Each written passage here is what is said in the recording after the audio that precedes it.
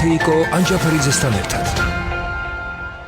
მოგესალმებით კიდევ ერთხელ ბრუნდებით პირდაპირ ეთერში და ბრუნდებით ძალიან საინტერესო თემით ეროვნულმა არქივმა კიდევ ერთი საინტერესო მულტიმედიური გამოფენა შესთავაზა საზოგადოებას. ამჯერად გამოფენა კონსტანტინე გამსახურდიას ეძღვნება.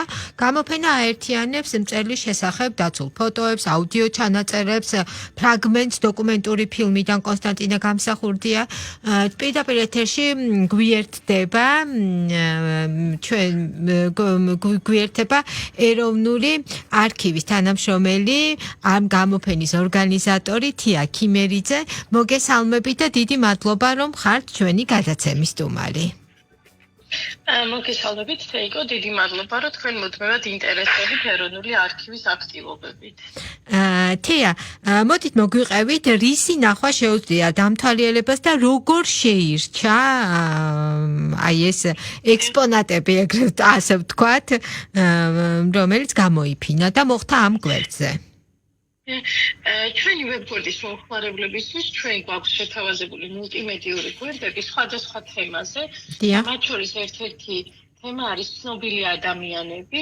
ჩვენ ვცდილობთ, რომ ეროვნულ არქივში დაცული სხვადასხვა მატარებელზე დაცული დოკუმენტები, ეს იქნება ქაღალდსაფუძვლიანი დოკუმენტი თუ გაზეთი, ასევე აუდიო ჩანაწერი, ფოტოები, კინომასალა ერთ გვერდზე გამოფენის სახით, მულტიმედიური გამოფენის სახით შევთავაზოთ ვებგვერდის დამთვალიერებლებს. კონსტანტინე გამსახურდია ჩვენი ქართველი კლასიკოსი მწერალი, ძალიან ცნობილი და ყველასათვის საყვარელი ადამიანი.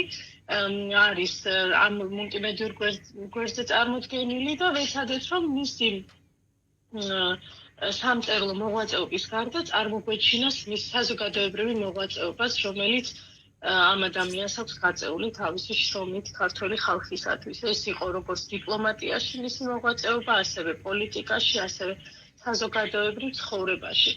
ამ გვერდზე ჩვენ შალვა ჩაგუნავას ფილმის რამდენიმე ფრაგმენტი გვაქვს გამოტანილი. 1973 წელს არის გადაღებული ქართულ მწერალზე ეს ფილმი და ძალიან საინტერესო ფილმია. გვერდზე ასევე გვაქვს მოტანილი დაბადების ჩანაწერი კონსტანტინე გამსახურდიასი, ჩვენ ეროვნულ არქივში დაცული ჩანაწერის მიხედვით ის 1891 წელს დაიბადა 15 მაისს, თუმცა თავად ბიოგრაფიაში უთითებდა, რომ 93 წელს იყო დაბადებული.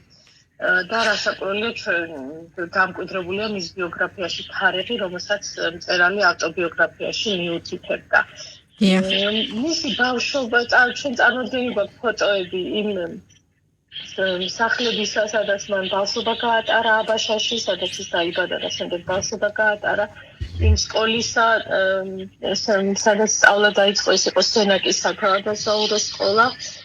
შემდეგ ის ძალიან პატარა ასაკიდან, ასე ვთქვათ, უკვე 1909 წელს უკვე იწყებს სამწერლო მოღვაწეობას.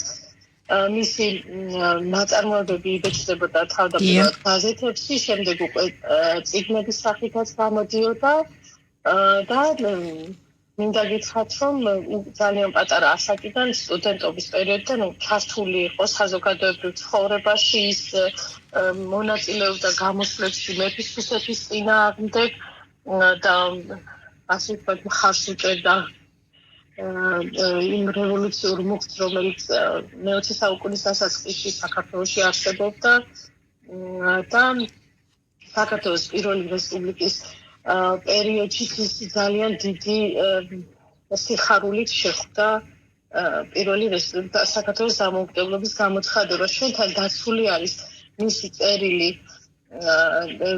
ეროვნული საფუძველთა სამსონ ფირცხალავასთან, სადაც წერს, რომ მე გულწრფელად მღერა, ეს არის 17-18 წლების წერილი, ზუსტი თარიღი არ არის ამ წერილს.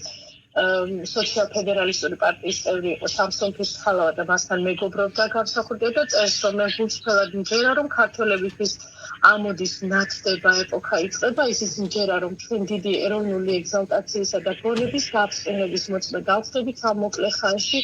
და ყველაზე მეტად ასეთ დროს დასჭირდება ჩვენი მოდუნებულ მაჯისემას ინტენსიური კულტურული მუშაობა, ანუ ის ელოდება მთელი ამ პერიპეტიების შემდეგ, რაც მისი ახალგაზრდობიდანვე იყო, ეს გამოსვლები რუსეთის იმპერიის ნგრევის წინააღმდეგ ჩართული იყო ის აქტიურად და რაღაცნაირად დაგვირგვინდა პერიოდში, როდესაც საქართველოს გამოაცხადა დამოუკიდებლობა. ამ გიმნაზიის დასრულების შემდეგ მცირე ხნით კონსტანტინე გამსახურდია წავიდა პეტერბურგის უნივერსიტეტში, მაგრამ იქიდან მალევე გადავიდა გერმანიაში და ის სწავლობდა კენიგსბერგში, ლაიფციგში, მიუნხენში, ბერლინის უნივერსიტეტებში და იმ პერიოდში, როდესაც ის გერმანიაში ცხოვრობდა, დაემთხვა პერიოდს პირველი მსოფლიო ომისას და ჩავარდა ტყვედ და არის მის ბიოგრაფიაში ასეთი მომენტი, რომ მის განთავისუფლებაზე თომას მანმა იზრუნა, რომელიც მანამდე გაიცნო ახალგაზრდა მწერალმა გერმანიაში ყოფნისას, თომას მანმა იზრუნა მასზე და თხოვა ბავარიის მეფეს თან იშუამდგომნა, რომ გაენთავისუფლებინათ კონსტანტინე გამსახურდია და ასე აღმოჩნდა შემდეგ თავისუფლებაზე, თორემ ტყვედ იყო ჩავარდილი გამსახურდია, როგორც რუსეთის იმპერიის მოქალაქე. თია, საინტერესო არის, უკაცრავად გაგაწყვეტინეთ. საინტერესო არის, აი როგორ იყო, ხო, ვიცით რომ ეროვნული არქივი მდიდარი არის, ხო, იმ მასალებით, რომელიც დაცული არის მის ფონდებში, მაგრამ საინტერესოა კონკრეტულად ამ გამოფენისთვის როგორ იქნა, აი როგორც კითხეთ, წარმოჩენილი არა კონსტანტინე გამსახურდიას არა მხოლოდ შემოქმედებითი, თქვათ, მხარე, არამედ მისი აქტიური, აი საზოგადოებრივი მოღვაწეობა, ხო, როგორც თქვენ უკვე აღნიშნეთ, ასევე მისი პიროვნული შტრიხები, ხო, ის პირადი წერილები, ის მიმოწერა, რომლის ნახვის შესაძლებლობაც აქვს დამთვალიერებელს. და არა მხოლოდ პირადი, აქვე შეგვიძლია ვთქვათ, რომ ღია წერილი, რომელიც მისწერა ლენინს, ხო, ეს წერილი. დიახ, ეს კი ბატონო, ევროპიდან გააკეთეს. ეროვნულ არქივში საბედნიეროდ ჩვენ მრავალფეროვანი მასალა გვაქვს დაცული, ეს არის არა მხოლოდ ვთქვათ წერილების პირადი უბრალოდ სამწერლო მოღვაწეობის ამსახველი, ასეთი მასალაც გვაქვს ასაკურელია, არამედ მასალა, რომელიც მათ საზოგადოებრივ და პოლიტიკურ ცხოვრებას ეხება.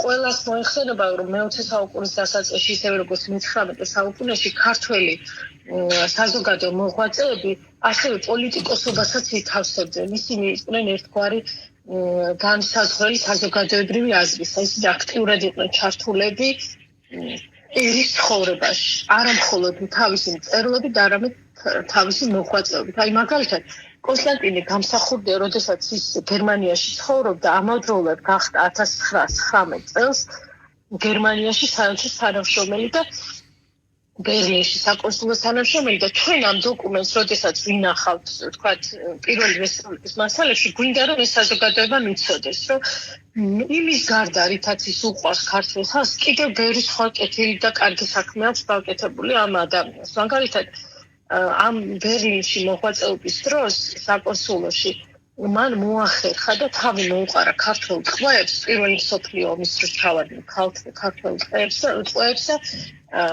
მოახერხა, რომ ისინი სამშობლოში დაებრუნებინა, ხო, ისინი ვერ ახერხებდნენ სახსრების გამო, იმის გამო, რომ თქვა ტყვეობაში იყვნენ ჯერ კიდე ზოგიერთ სხვადასხვა ბანაკში, მოახერხა ეს კონსტანტინე გამსახურდიამ და გვაქვს ამაზე მიმოწერა, მათ შორის გრიგოლ ხრილაძესა, რომ მიესწეს ნება, რომ 2000 ქართველი ტყვე, რომელსაც მან თავი მოუყარა, სამშობლოში გენით გამოემგზავრებინა და აქ არის მე მთელ დეტალებზე საუბარი, არაერთი საარქივო დოკუმენტი არის ამ თემაზე შემორჩენილი ეროვნულ არქივში.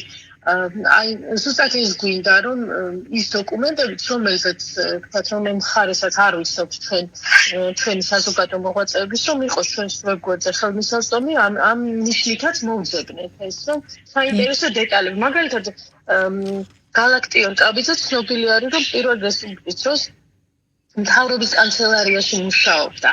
და ეს ნაწილიც გვინდა რომ ვაჩვენოთ ხოლმე ამ ადამიანს. ისე როგორც გრიგოლ რობაქიძე მუშაობდა პირველი რესპუბლიკის პერიოდში სახელმწიფო სამსახურში. ანუ ჩართულები იყვნენ ეს ადამიანები და ამის გამო. ასევე ჩვენ აქ ვებგვერდზე გამსახურდიას შესახებ მომზადებულ გვერდზე წარმოდგენილი გვაქვს ძალიან ცნობილი ფოტო, რომელიც ეროვნულ არქივში არის დაცული. ეს არის სალიტერატურო ლიტერატურული გაერთიანება იყო ასე პრომეთე, რომელიც 1918 წელს დაასხა და ამ პრომეთეს წევრები იყვნენ და მისი მეგობრები, ვახტანგ კოტეტიშვილი, კონსტანტინე გამსახურდია, პავლე ინგოროყვა და ალექსანდრე აბაშელი და ისინი 24 წელს შავი ჩოხებით გლოვის ნიშნად 24 წლის აჯანყების ჩახშობის შემდეგ გლოვის ნიშნად შავ ჩოხებში გამოეწყნენ და ესე რუსთაველზე ჩაიარეს და ის ცნობილი ფოტო, რომელიც ამ შავ ჩოხებში არის გადაღებული, ეროვნულ არქივშია დაცული და ამ პატარა ისტორიით ჩვენ წარმოვადგინეთ ამ გვერდზე.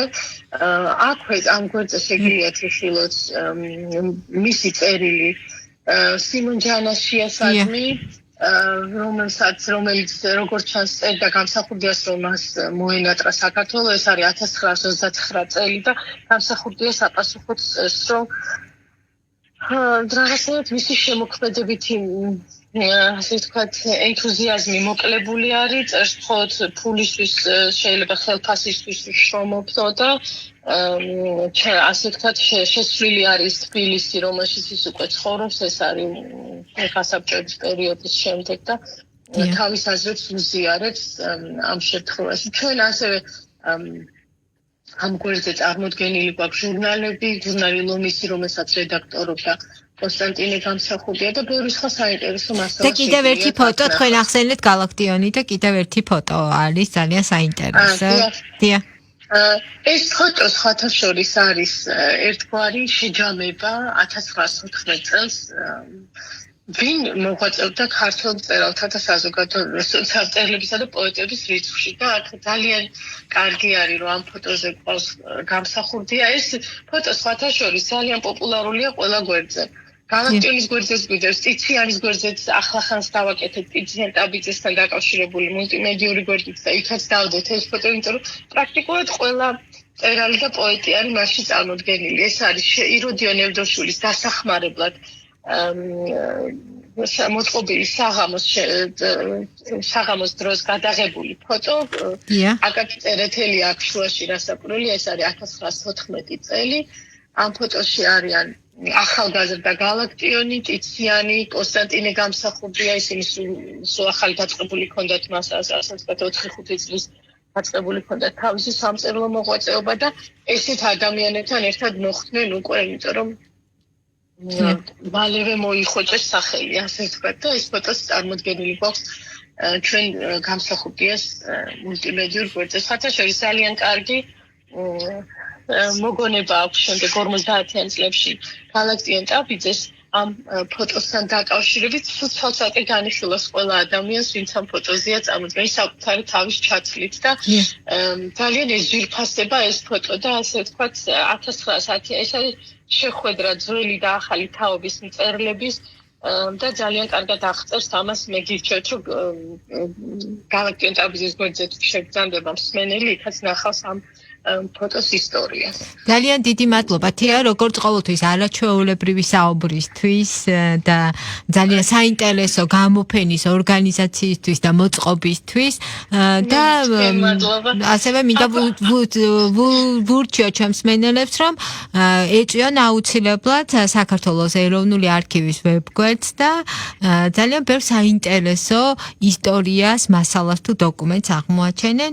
პირდაპირ ეთერში გვერდებოდა თია ქიმერიძე და კარგად წავდებოდა, დიდი მადლობა თქვენ დაინტერესებისთვის. დროებით, გემშვიდობებით და უკვე შევხვდებით დღის არხზე ერთმანეთს.